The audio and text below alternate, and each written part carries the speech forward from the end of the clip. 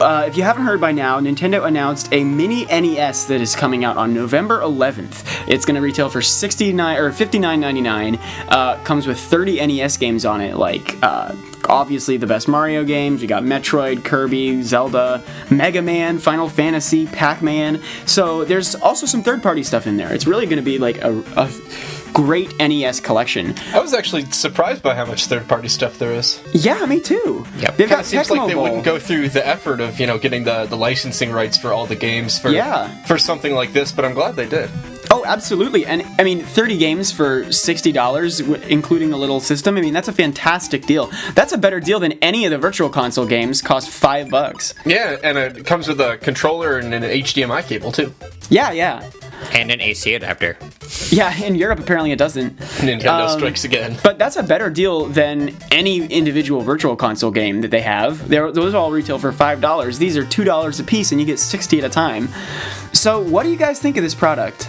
I'm absolutely surprised that it exists. I didn't expect to wake up to this news this morning. Right? I literally asked, someone sent me the headline for approval, and I literally asked him, Ryan, oh my god, is this real? Are you pulling my leg right now with this headline? Did you click on P4R Gaming again?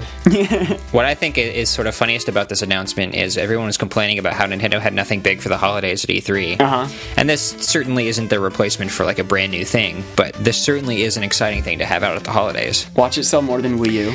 I know, right? It might. It really might. It's the price of one game. And the retro appeal, and the other thing to remember is that this isn't going to be a product that's like mainline hardware. This isn't something that like the gamers are going to be interested in. This is something that's going to be sold at the toy sections of Walmart. This is going to be in drugstores, like in the checkout lane, just as people are waiting to go, and then they see, oh my god, this amazing value on all these games I used to love. Like, this is a real value for customers. Someone in our staff, I don't remember who it was, but suggested that this is perfect timing because Pokemon Go is sort of got this giant nostalgia fueling power to it, I guess. All these people that haven't played Pokemon since Generation 1 or people that have never played it at all are, suddenly interested. And so hopefully, some of those lapsed gamers from yesteryear will be interested in this as well. Mm-hmm. Yeah, that's exactly how I see it. I see it as they've been having a lot of trouble getting their longtime fans to convert to Wii U and to a smaller extent to 3DS. And this is kind of their move to recapture mindshare with those consumers. Because, people who are about my age and a little older grew up with the NES, and so they probably want to relive their nostalgia, share it with their kids, get a sort of authentic NES experience, because even Virtual Console doesn't. The software emulation is pretty great, but the controller is not the same. There hasn't been a first-party NES controller, since the NES. So this would kind of be a way to really capture those people who haven't been buying Nintendo products in a long time. Right, and again, it's an amazing deal. $60 for hardware that you just plug into your console. Lots of different companies have released little sort of mini arcade collections that just hook up to the AV ports in your TV and they're good to go. But nothing to the extent of Nintendo pulling out the big guns, the Marios, the Final Fantasies, the Zeldas, all these games that made Nintendo famous in the first place. These were leagues ahead of the competition back in the day, and even though there are all these other little mini arcade consoles that have done this before, nothing has had nearly the quality and the value of software in this little tiny device. Yep. And I'd be willing to bet that even most people who had an NES before, they'll find stuff they haven't played before. Yeah. They'll probably get a lot of use out of it. I'm personally thinking that most people who aren't big hardcore gamers will probably get a good year or two of use out of this if they wanted to play through every single game. And that's a fantastic value for $60. Absolutely. It's such a great party product too. Just have your friends over and blast through some Mario and some Zelda. And, I'm going to be playing Tecmo Bowl. Well, and that kind of brings me to one of the things that I find really cool about this is it's so small that you can bring it to parties and it's not a burden. That's sort of something that I feel like Nintendo should prioritize, and they haven't prioritized it maybe even since the GameCube, is the portability of their consoles, since it is really about sharing it with your friends and having these social experiences and parties and all that. Yeah, I think that's part of one of the things that made Wii so successful is that it was small, but mean, I think another thing they need to focus on is just making sure it's something that can get in the living rooms of, everyone. Because if it's already in someone's living room, then you don't need to really bring the console. You just need some sort of cloud account system like Sony has, where you can just log in from someone else's console and then get all your data, get all your games that you've downloaded, and it's portable that way. Yeah. But that's a big tangent. Well, maybe not so much, because while we're talking about console size and design theory, I'm wondering if anything they're doing with this NES Classic Edition telegraphs what they're thinking about in terms of the values for NX and what consumers might be looking for, and especially if their goal with NX is to recapture all these lost consumers. The only thing I can imagine is reduced prices on virtual console games, or offering virtual console sort of essentials packs where you can get on the eShop and then say, like, give me the essential NES games, and it gives you, 30 games for $60. So there's that.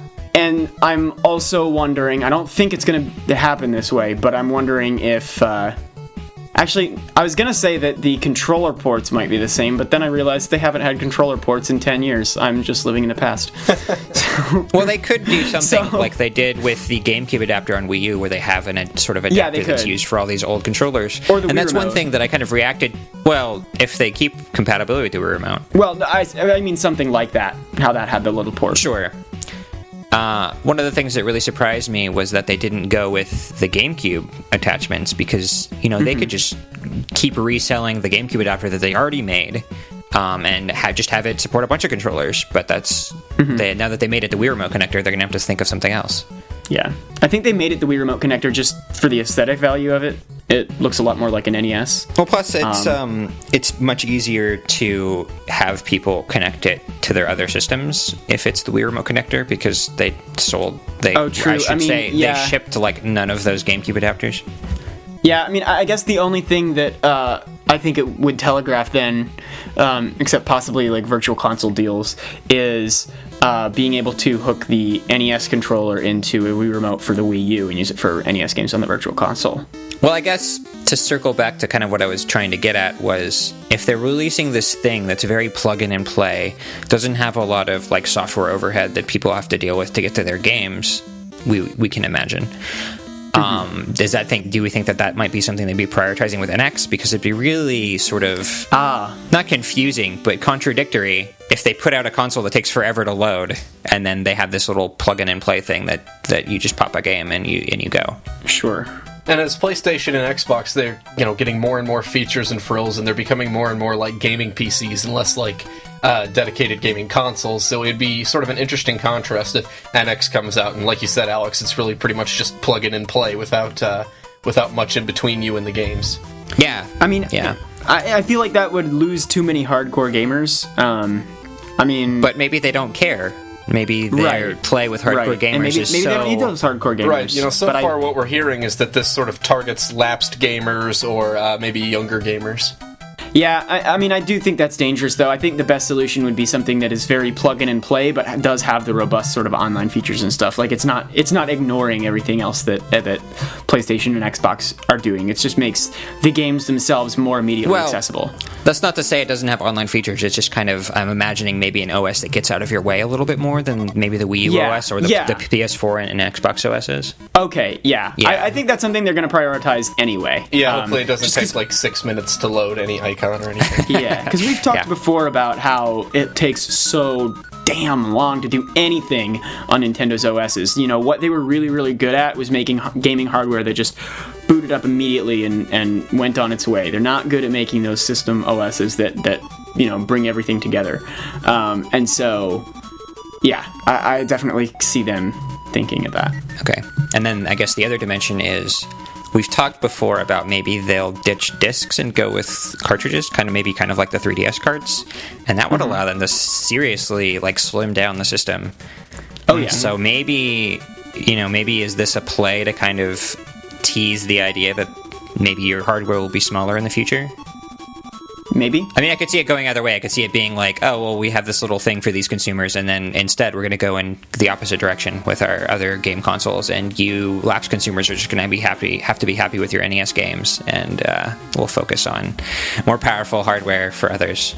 Yeah, I was going to suggest that is just that, like, I don't think this is anything to read into for the NX. I think this is just completely its own product. Wait, you mean this isn't the NX? Yeah, this is the NX. Watch. It is later in the year. Maybe they're talking about it Zelda now. looks amazing on this hardware. I guess the reason I'm throwing this out there is because a lot of what they've said about the stuff that they're doing kind of in the coming year, including their mobile games, and a lot of the games that they've been working on in the meantime, is to get kind of people into where Nintendo's going for the next few years. Uh-huh. And so part of me wants to read this as falling into that roadmap, as opposed to being kind of like their way of satiating people who don't want to buy their expensive hardware anymore. So I guess that's where that's coming from. Yeah, maybe. I think it is mostly just that they're targeting people who, like, lapsed gamers, haven't really been in the fold of gaming for, maybe even since the NES days. People who just are not involved with it anymore. They don't care what PlayStation and Xbox are doing. They just don't play games, period. Sure. And this is a way to sort of just get some money out of them. It's, relatively easy, and it's really easy to market, too.